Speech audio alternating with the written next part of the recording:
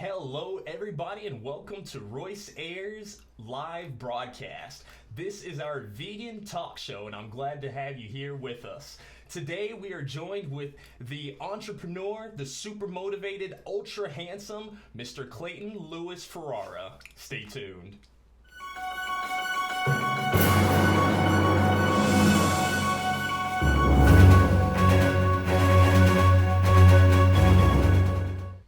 Happy Tuesday, everybody. I hope your day is going well. Mine is. And I want to say that I always say that it's going well to you all because even if I am sad or depressed beforehand, that's not an emotion that I want to project onto you. Because whenever you all send me messages and comments or just anything, getting inquired about the show, it always puts me in a much better mood. So I want to say thank you to that.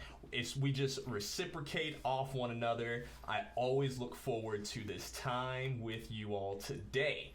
For those of you who this is your first time joining us here on the Royce Airs live broadcast, I want to thank you and welcome you to our show. This is an interactive talk show. So if you have any comments, questions, concerns throughout anything, please feel free to ask myself or ask my guest, and we will be happy to address you. Every day we always have a word of the day, and today's word of the day is fustigate. Fustigate. Yeah, I said that right. It means to criticize harshly. So a way that we could use that in a sentence is that Mr. Simon Cowell is really known for fustigating. Yeah, it's a verb. I can use ing or ed as a final thing off of it. You use it in a sentence as well. I'm going to continue to use it throughout the duration of our broadcast, but while you're commenting, if you can fustigate us, yeah, that wasn't correct. We're going to keep on working on it. That's why we're here, to build with one another, for sure. I want to give a shout out to one of my friends, Mr. Orange. Great job hosting New Piece Mondays last night. That was an excellent show. It's always really fun. For those of you who have never went out to a New Piece Monday and you live here in the Central Florida, Orlando area, I highly encourage you to go and check them out. Poetry, rap, whatever you want to do, all a cappella. It's pretty freaking awesome.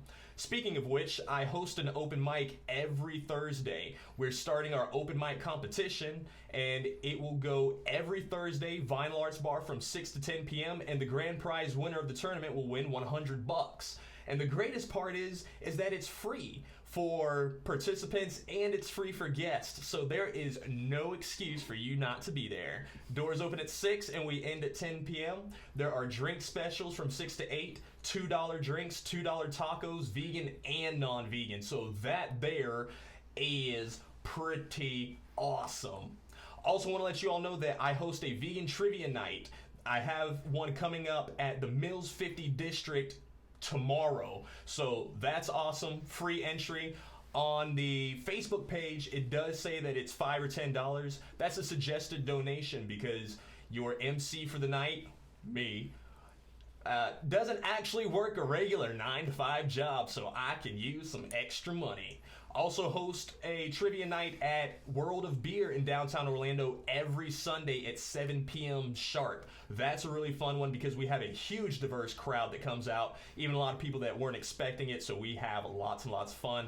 Highly encourage you to come out, and make sure you go ahead and mark in your calendar for November 17th, the 2018 International Vegan Fashion Show that's going to be at Studio One, hosted by your friends here, NOOR 17. We're going to have 60 plus vegan models, 10 plus vegan designers, vegan makeup, vegan everything. So that's going to be a very big fun event.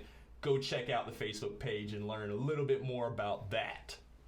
I did want to kind of bring up and mention that whenever I speak to people about going vegan, I know that a lot of you can't because your friends keep putting you on this like deserted island that, if you have to eat meat to survive, don't worry about that. It's not real. Don't subscribe to it. And also, if somebody can help me, I was trying to find in the Bible where it says that if you like and share that God will bless you. If somebody can find that, please send it to us, okay? we're going to go ahead and introduce our guest for today, Mr. Clay. How are you doing today? I'm good, Royce. Good to see you, man. Likewise, man, your old handsome self. I'm going to check in with the comments because I see we got quite a bit of people who are texting in, chiming in with us. You know Mr. Curtis Dickerson? Yes. Curtis says, woo! Go Clayton. Curtis, nice to have you here with us. Mia, hello. Glad you're here with us. My fiance, Amari. Oh, she's asking what are the vegan options at Vinyl. Amari, go and ask Mr. Wilson Santos. He'll be more than happy to answer that for you. And then Mia says, oh, she tagged some folks. Yes, Gary, Gina, please feel free to tag some folks who should come and join us with this broadcast. It's an interactive broadcast. It's very educational. It's very fun.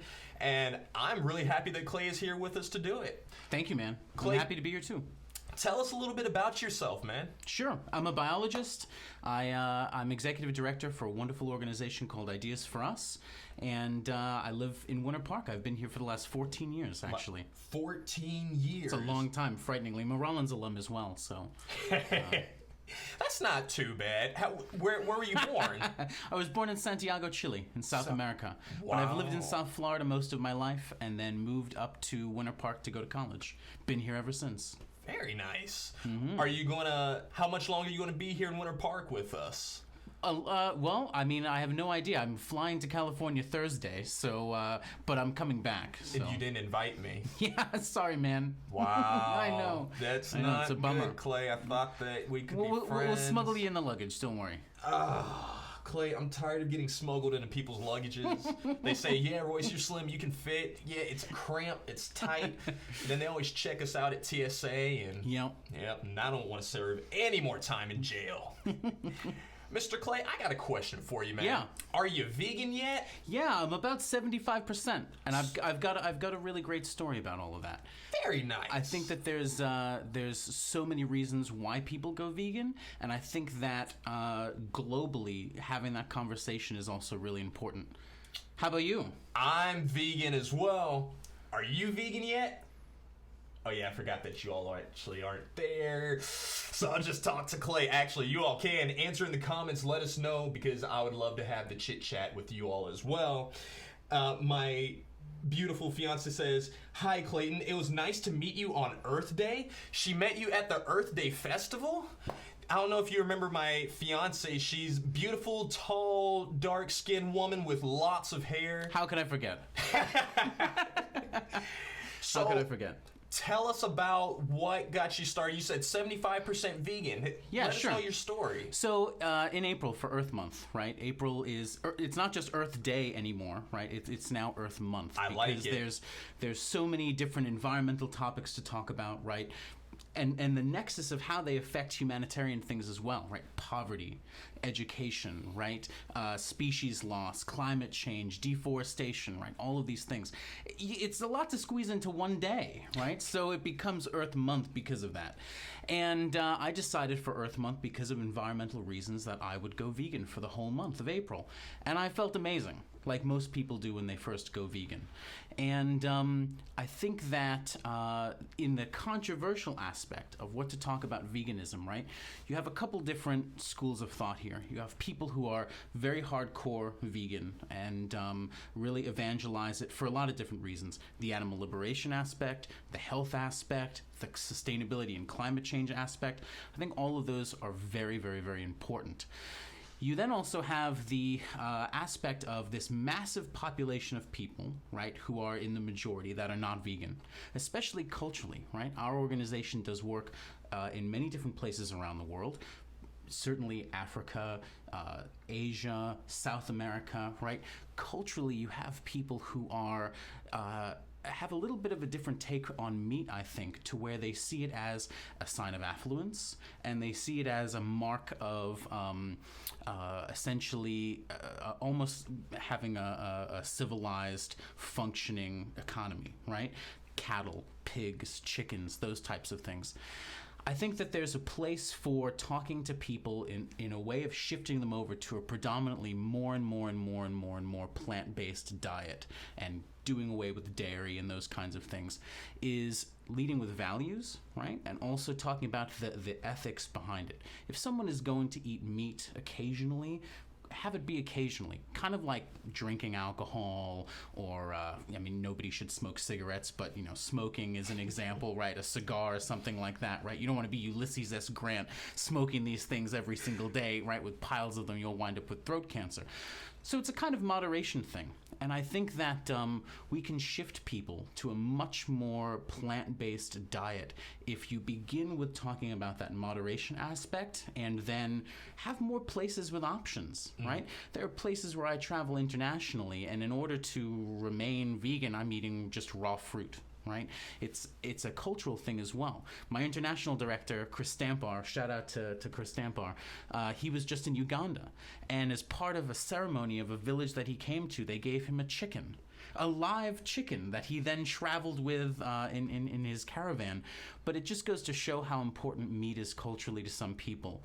And I think that we have to have that kind of conversation of the animal aspect, the health aspect, the climate change aspect, in order to keep shifting people over the other direction. That is literally what it's all about. And I want to ask you a question. Did he have to kill the chicken, or was he just like taking the live chicken? Or the chicken was not killed by them for food, so it made its escape. They took it. They actually arrived for dinner late, and were presented with the chicken that they were supposed to have for dinner, that they then ushered into the car and took on its way. Wow. That was funny, because I could see a lot of people like biting their teeth, like waiting. What happened to the chicken? Oh, we've had all kinds of crazy things happen. He'll arrive at a village, and then they'll decapitate a cow, as kind of as a ceremonial thing. We're removed from that in the United States, and especially here in Orlando, right? There's so many wonderful places to eat that are vegan and have these kinds of foods, available for people. I think it's really important. I mean, for me at least, in times where I elect to eat meat, right, it's led with a very high standard set, right? I want to eat things that are grass-fed or free-range, chickens that weren't in horrible factory farms, right? Eggs that come from, my friends' chicken coops, right? Purchased at farmers markets or restaurants that purchase those kinds of things. There's even lots of evidence that if you have animals that produce milk, right, that of course consuming these things in moderation, you don't want to clog up your heart and your liver and all of these things, but particularly cheese, right? People have been making cheese for tens of thousands of years. There's a difference in taste and hormones in an animal that's very, very stressed out compared to one that's not. I have heard that study before. I do like what you were saying as far as making people just kind of just getting them more aware of the lifestyle when it comes to the environment, when it comes to themselves health-wise, and just as far as the animal atrocities that are going across. And it sounds like you have a very Rogerian approach to it, kind of like, I'm not going to put it all on you, but maybe just kind of we ease our way in, that we walk through. Yeah, I mean, that's what it's really about. I mean, I think it's a personal decision for people, but what is so important is, and let me be totally clear on this, veganism is absolutely the direction that we have to go as a species, right? As humanity, in order to be able to support the 9 billion people that are going to be on the planet by 2050. Yes. Right? We're in an extraordinary population growth. Most of the deforestation in the world is due to cattle raising, right? When you go and eat a cheeseburger from a fast food restaurant, right, most of that beef comes from South America, predominantly Brazil, Venezuela, all in areas that have been deforested for the fast food, industry. Terrible stuff. Right?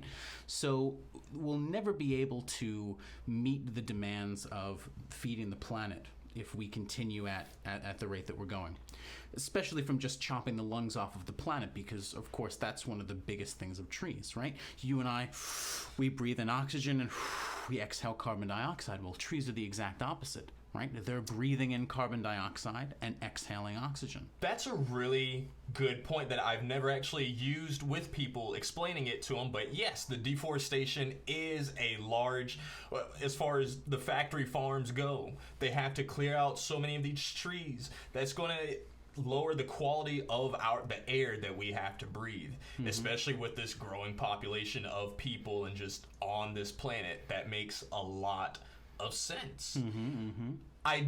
So let me ask you this. You said you're 75% vegan. What is stopping you from going that full 100%? Yeah, I think it's just availability of food in some settings that I'm in. Okay. I think that's definitely a contributing factor. As far as your mindset, so if it was more readily available, would you make that commitment to say, yeah, I'm cool, I'm game with this 100%? Yeah, I mean, I certainly think so. I mean, other than maybe an extenuating circumstance of I love oysters, right? Raw oysters. I think that they're a fantastic food source for a lot of different reasons. If anything, I'm taking on a health risk myself by eating them because they're a filter-feeding animal. There's a lot of evidence that there's plastic and things like that in them. So even then, it's kind of, on the fence. But kind of like that, putting that label on it with, smoking may cause cancer. You have that. Potentially, sure. Right. This seafood may contain plastic. Right. Is something that most things should have. I don't know if it'll come to that kind of thing because there's a tremendous resistance in food labeling and these types of things to stop that stuff from happening. I personally do feel that it will come to a point like that sooner than later. Because if you look at the stats, less than 5 years ago, and these are the stats that we're just being reported, because I'll get to that in a second, but right now they're saying around 6% of the U.S. population considers themselves to be vegan or plant-based organic lifestyle, that they're transitioning towards that. 6%, that's a huge jump from being 1% and lower 5 years ago and onwards. So the more that we can get the information out there, it's really just about getting that information out there and having an open conversation with people about it. Yeah. And I always try to do it from a loving standpoint, because I've learned that it's received so much better whenever you're not sitting there attacking people. Yeah, I had girlfriends in high school that were models and they were vegan because of that. And the interesting thing was, this was 2002, 2003, right? And because of that, it was extremely avant-garde, especially where I grew up in South Florida, in a place called Stewart in Martin County, right? It's a little bit primitive compared to some other places in the world. And sorry, not sorry. And because of that, even now, right, those kinds of things are still fringe. It's interesting, the psychology that people have about what they eat.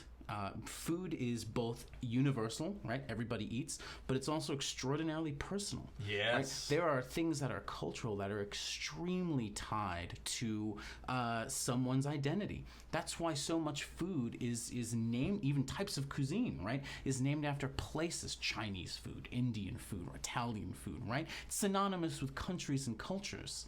So that, for me, I think is also somewhat of a difficult reason, because there's cultural things that I eat that involve cheese, right? Yeah. This is where my 25% kind of comes in. Gotcha. So it's trying to stay away from those things as much as I can.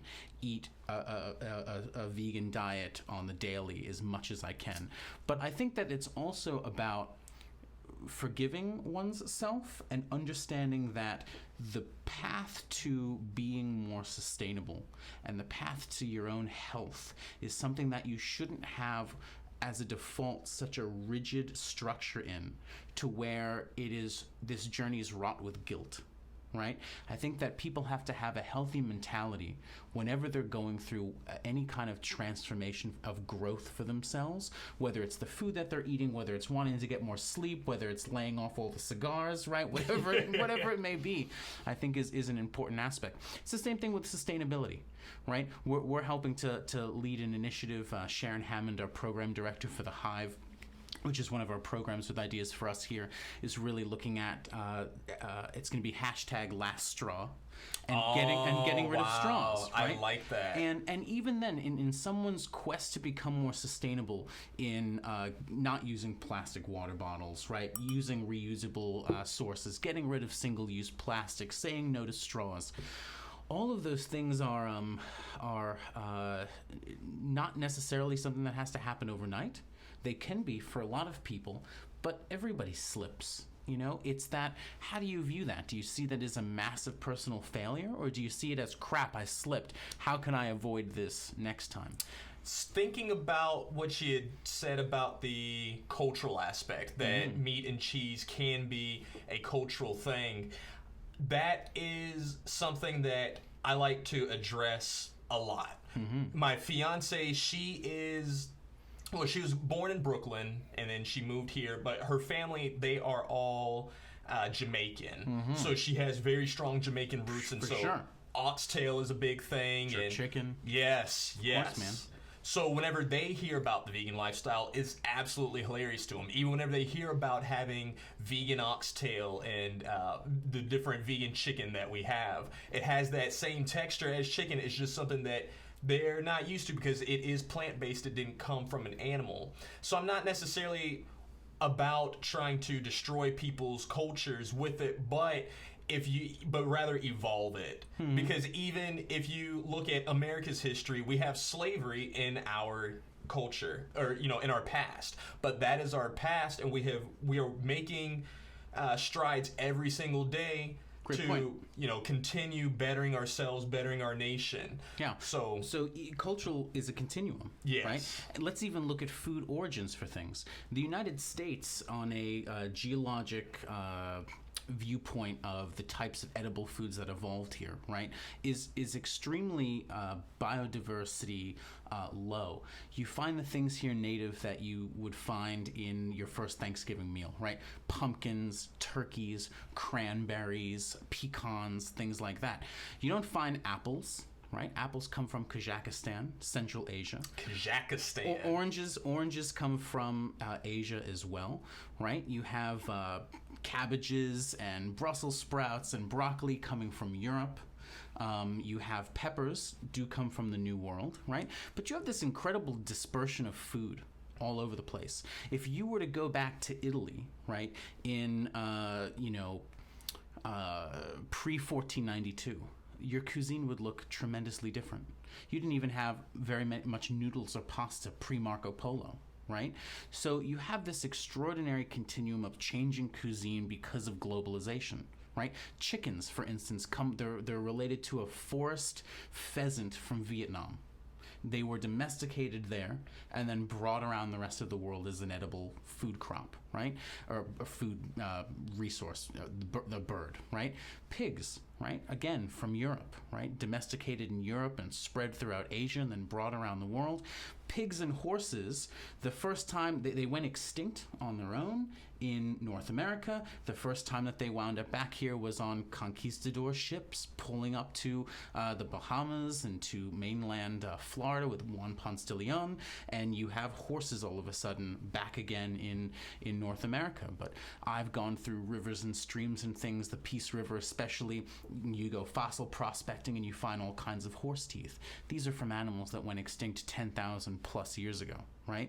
So understanding that things transform and change and that traditions can move on a continuum. And I can speak, from experience. I've had really badass Jamaican vegan food, right? So. Oh, yeah. Have you ever had Dejan Eats here in Orlando? I haven't. Oh. I'm missing out. Shout out to them. That sounds great. Her breakfast made me cry, okay? It was the most embarrassing thing. No, that's great. That everyone was like, wow. Everyone deserves a breakfast to cry at, exactly. Out of joy, at least. And it was pure joy.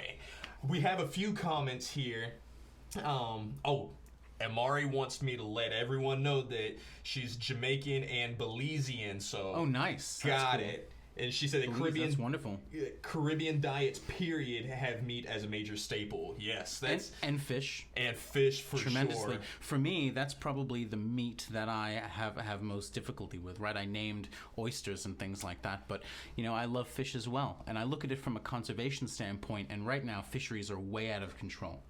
But the ocean is a manageable resource that if we made policies about fishing that used practices that don't use long lines, don't emphasize bycatch, and are science informed about when to harvest certain species of fish, we could never run out of food in the ocean, right? It could be something that's utilized very responsibly.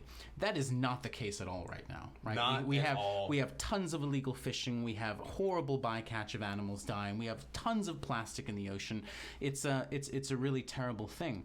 But again, this is because people don't listen to scientists, right? Especially in policy and law and in industry and economics. But often they're the only people that know about the actual problem itself. I like it that we can have this conversation because it is people like you that I need to have people you can help get some of the folks who they see my views as extreme. Mm-hmm. That if I had my way, everybody would be vegan tomorrow. Sure. Mainly because whenever you start speaking about the environment and especially the animals, no matter which animal it is, if they have a central nervous system and a brain, they feel pain. Sure. A lot of people bring up, well, plants feel pain as well too. Plants can respond to different frequencies. So there have been those different music studies that whenever there's positive music or that just positive vibes kind of at the plant, right. It grows Mozart better. Compared to like Skrillex, right, will have a different effect on your tomato plants. Yes, exactly. So that's more of the direction that I would love to see it go because at the end of the day, we don't actually need animals to survive or thrive or even have good taste. Sure. There are a lot of different vegan substitutes that have amazing, it really just breaks down to that texture and seasoning. Once Sure. you have mastered that texture, you've got it. There's this Sure. vegan rib that now I see the memes going on it in Portland, Oregon, and I have some friends there that have been saying, hey, have you gotten to try this yet? It's not here in Florida yet, so leave me alone. But as far as just kind of helping people get off of it, people will ask, well, should I do it overnight or could I do it right now? I encourage, if you can do it overnight, if you have enough information about it, because you don't want to just jump into it cold and, end up getting sick, because I've seen that too, where people, they are the sweet tooth, the Oreos and chips, potato chips. They're not actually eating their leafy greens or actual enough fruits to get. Sure, well, half these things that are processed, right? Yeah. No one should ever eat that stuff, right? That doesn't even contain milk. I had a biochemistry class where we were talking about the Twinkie as an example, mm-hmm. and the Twinkie contains absolutely no dairy whatsoever, right? So it's essentially vegan. You can just eat a Twinkie, right? But to pull the thing open and to look at it, it looks like it has dairy in it, right? Yeah. It's a monstrosity of modern chemistry, right? Same thing with Oreos. I think Oreos are also they may even be vegan. They're vegan. Oreos right? are vegan. There you go. But they're not healthy, right? You. Yes, precisely. I always try to tell people, like, well, right. What did you eat? How did you actually get sick? Because I'm not understanding. And then sure. some will show me, like, hey, well, I have A, B, and C going on with me inside. I'm not a nutritionist, so I can't exactly diagnose what's going on with you, but I'm pretty sure that you may have missed some of these, some of your leafy greens, or try more beans, get more fiber in your diet if you're having digestive issues, things sure. such as that.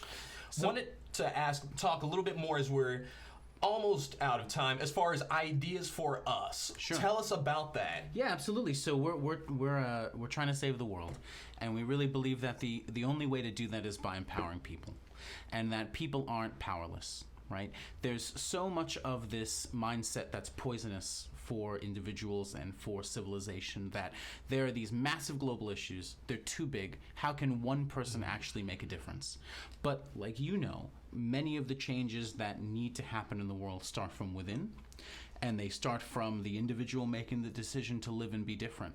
So we focus on those kinds of things, but empowering a lot of people who feel that way, helping them to develop their ideas into action plans.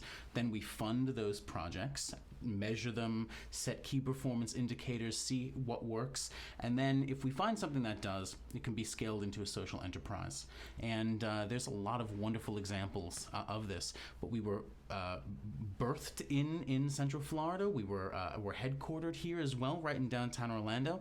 And even though we do work around the world, this is our home, Orlando and Central Florida. So we're really committed to this community. We're having a public event this Wednesday night where we're going to have vegan food. We always have nice. We always have vegan plant-based food at our events on the first Wednesday of every month. It's called The Hive. I've seen that. Yeah, we bring an intergenerational group together, so boomers and millennials and everybody in between, right? Interdisciplinary, so not just a bunch of your classic tree huggers, right? We've got a really diverse group of people. We feed them, but then we challenge them with a global issue and a speaker, and then we bring it down to a local level. Wow. And through human-centered design, we talk about what kinds of projects can be done in the community, and then on the last Saturday of the month, we do that project before the next meeting. So this has been going on for 5 years now in Orlando, and it's our main tool for organizing in the community. So we're really excited about it.